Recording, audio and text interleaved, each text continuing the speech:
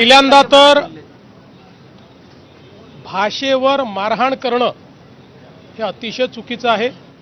आम्ही मराठी आहोत, आम्हाला मराठीचा अभिमान आहे आणि महाराष्ट्रात मराठी बोलली गेली पाहिजे हा आग्रह चुकीचा नाही। पण एखाद्या व्यावसायिकाला मराठी येत नाही म्हणून मारहाण करणं हे पूर्णपणे चुकीचं आहे।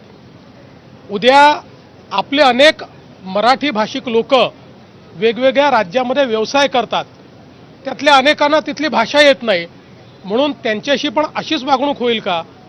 भारतामध्ये अशा प्रकारची वागणूक आणि गुंडशाही ही योग्य नाही आहे आणि म्हणून अशा प्रकारची गुंडशाही जर केली तर त्याच्यावर योग्य कारवाई ही केलीच जाईल। देखिए,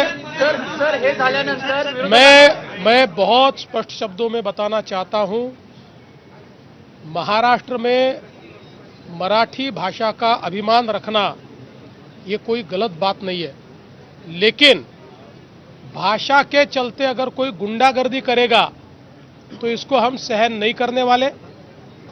कोई अगर भाषा के आधार पर मारपीट करेगा तो ये सहन नहीं किया जाएगा। जिस प्रकार की घटना हुई है उसके ऊपर पुलिस ने एफआईआर भी किया और कार्रवाई भी की है, और आगे भी अगर कोई इस प्रकार से भाषा का विवाद करेगा तो उसके ऊपर कानूनन कार्रवाई होगी।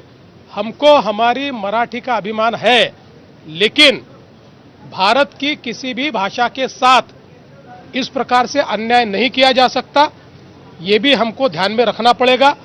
और मुझे तो कभी कभी आश्चर्य होता है कि ये लोग अंग्रेजी को गले लगाते हैं और हिंदी के ऊपर विवाद करते हैं।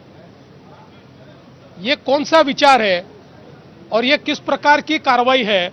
इसलिए इस प्रकार से जो लोग ऐसा कानून हाथ में लेंगे इनके साथ कड़ी कार्रवाई की जाएगी।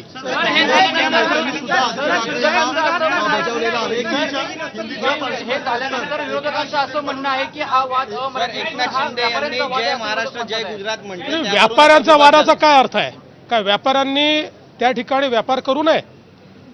एखादा मराठी व्यापारी हा जर आसाममध्ये जाऊन व्यापार करत असेल आणि त्याला जर आसामी भाषा शिकायला वेळ लागला तर काय त्याला आसाममधल्या लोकांनी मारायचं?